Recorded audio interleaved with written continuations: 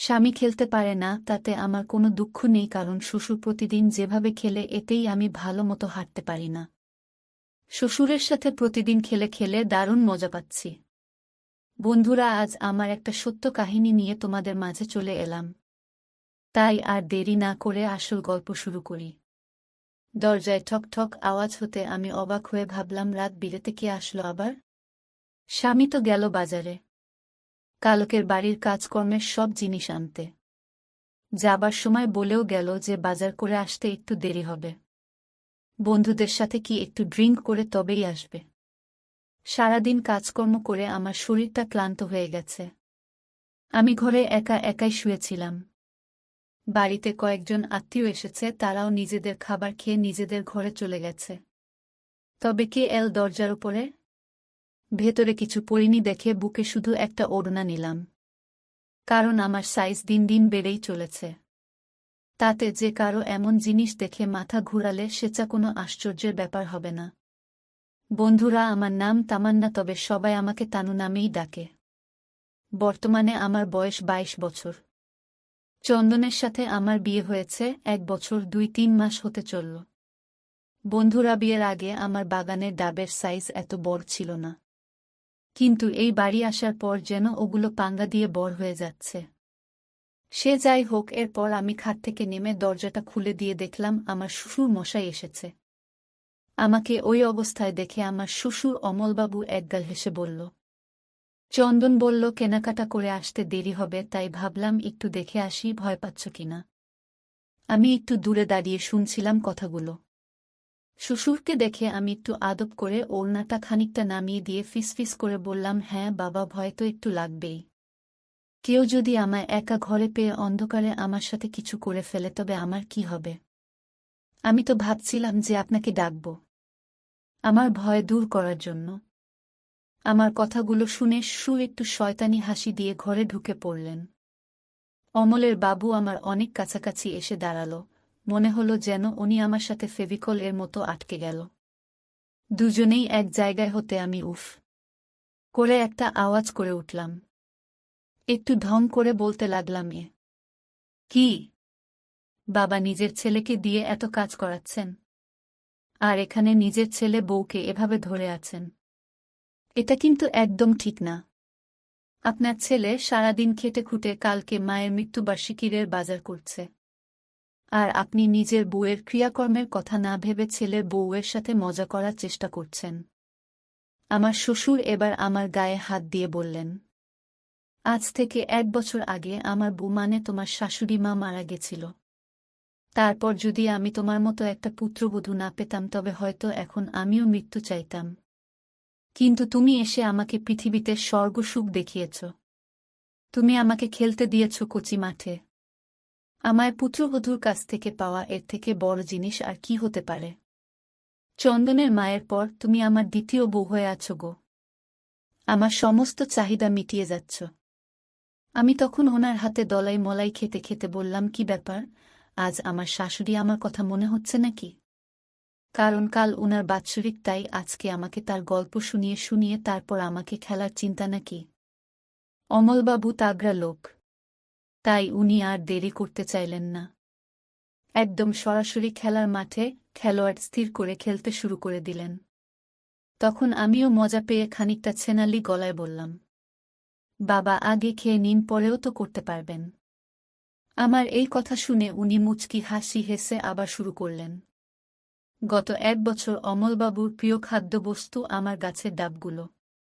আমার বর চন্দন যখন আমাকে অফিসে যাওয়ার সময় বলে, আজকে বাবার মতো রান্না করো, আজ আমি মনে হয় তাড়াতাড়ি ফিরতে পারবো না, তখন আমি হেসে হেসে মনে মনে বলি, তবে তো আজকে কিছুই রান্না করতে হবে না। তোমার বাবাকে খাবার টেবিল হোক বা তার রুম, সে আমার ডাবগুলো দিয়ে খিদে মেটাবে। আমাকে নিজের ছেলের রুমে সে 1000বার করেছে, আজও তার ব্যতিক্রম হবে না, সেই আশাতেই আমি নিজেকে সঁপে দিয়েছি তার হাতে। কিন্তু আজ আমি ভাবতে পারিনি যে আমার শ্বশুর ঘরে আসতে পারে, কারণ বাড়িতে জনা কয়েক আত্মীয় আছে, আর এদিকে তার ছেলেও আজ বাড়িতে। আর সবচেয়ে বড় কথা, কালকে আমার শাশুড়ির বাৎসরিক। সব মিলে আজ রাতে যে আমরা করতে পারব সে আশা আমি করিনি। অমলবাবু একটু মনে মনে উদ্বিগ্ন ছিলেন, কারণ 2 দিন ধরে আমাকে একটুও দেখতে পারেননি। শুধু কালকে যখন আমার ঘরে নিয়ে এসেছিল তখন এক লাফে একটু চেপে দিয়েছিলেন।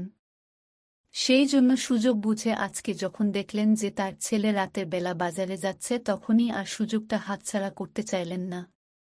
তাই আস্তে করে উপরে আমার ঘরে চলে আসলেন। অমলবাবুর মাথায় এটা আছে যে ছেলে খুব বেশি দেরি করবে না, তাই তারা তাড়াতাড়ি কাজ সারতে হবে। আমিও হয়তো সেটাই বলতে চাইছিলাম যে আজকে এত ফর্মালিটি করে খেতে হবে না, যা করার জলদি করুন। তাই আমাকে দেখে তার আরও অনেক কিছু করতে ইচ্ছা হলেও কিছুই করার নেই, আর হাতের সময়ও নেই। পরের দিন আমার শাশুড়ির বাৎসরিক। নানা জায়গা থেকে লোক আসলো অনুষ্ঠানে, আত্মীয় স্বজনদের আনাগোনা। এইদিকে চন্দনেরও একদমই সময় নেই। এদিকে হঠাৎ করে গত রাতের কথা মাথায় আসতেই আবারও খুব করে খেলতে মন চাইল। তাই আমাকে দেহের চাহিদা নিয়ে সারা দিন বাড়িতে ঘুরে বেড়াতে হয়েছে। আর মনে মনে একটু একটাই চিন্তা, কখন আজ গরম কমাবে আমার উনি। গতরাতে অমলবাবু যে আগুন কোনো জ্বালিয়ে দিয়ে গেছে সেখানে জল ঢালতে অমলবাবুকেই স্বয়ং আসতে হবে। যাই হোক, তার ঠিক 2 দিন বাদের কথা। বাড়ির কাজকর্ম শেষ করে চন্দন চলে যাওয়ার প্রস্তুতি নিচ্ছে। এখন তার সকাল বিকাল ডিউটি। মাঝখানে ছুটি নেয়ার কারণে 2 দিন পর পর ডিউটি পড়েছে, তাই সকালে উঠেই রেডি হয়ে আমাকে খবরটা জানালো। কথাটা শুনে আমি মনে মনে ভাবলাম, সুখবরই বটে।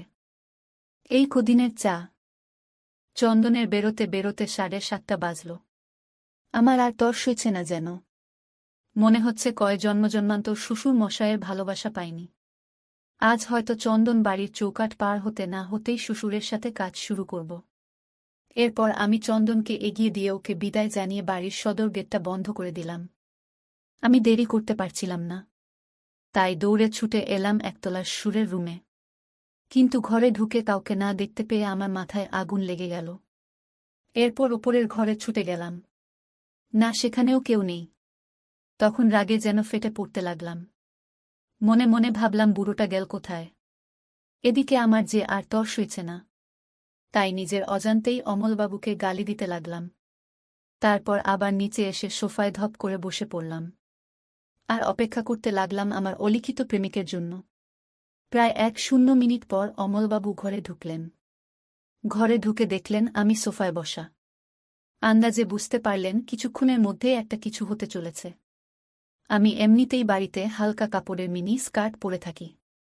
চন্দন নিজের বাবার কাছে অনুমতি নিয়ে তবেই আমাকে বলেছে যে ঘরে সব রকমের ড্রেস পরতে পারব। তারপর আমাকে ওইভাবে সোফায় বসে থাকতে দেখে অমলবাবু বললেন, কি হয়েছে বৌমা? চন্দন কোথায়? তার সাথে আবার কি কোনো গণ্ডগোল হয়েছে নাকি? কিন্তু প্রশ্নের কোনো জবাব দিলাম না। আমি রাগ করেছি এটা বুঝতে পেরে অমলবাবু আমার পাশে এসে বসলেন। তারপর আশেপাশে দেখে নিলেন চন্দন আছে কিনা। তারপর যখন দেখলেন যে চন্দনের সুটকেস নেই, তখন উনি নিশ্চিত হয়ে গেলেন। বুঝতে পারলেন ছেলেটা অফিসে চলে গেছেন, তাই এখন এরপর মজা করা যায়।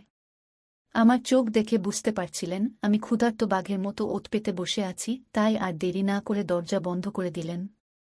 আজ অনেকদিন পরে আমরা এক হতে চলেছি, তাই দাঁড়িয়ে দাঁড়িয়ে আবারও ঢং করতে লাগলাম।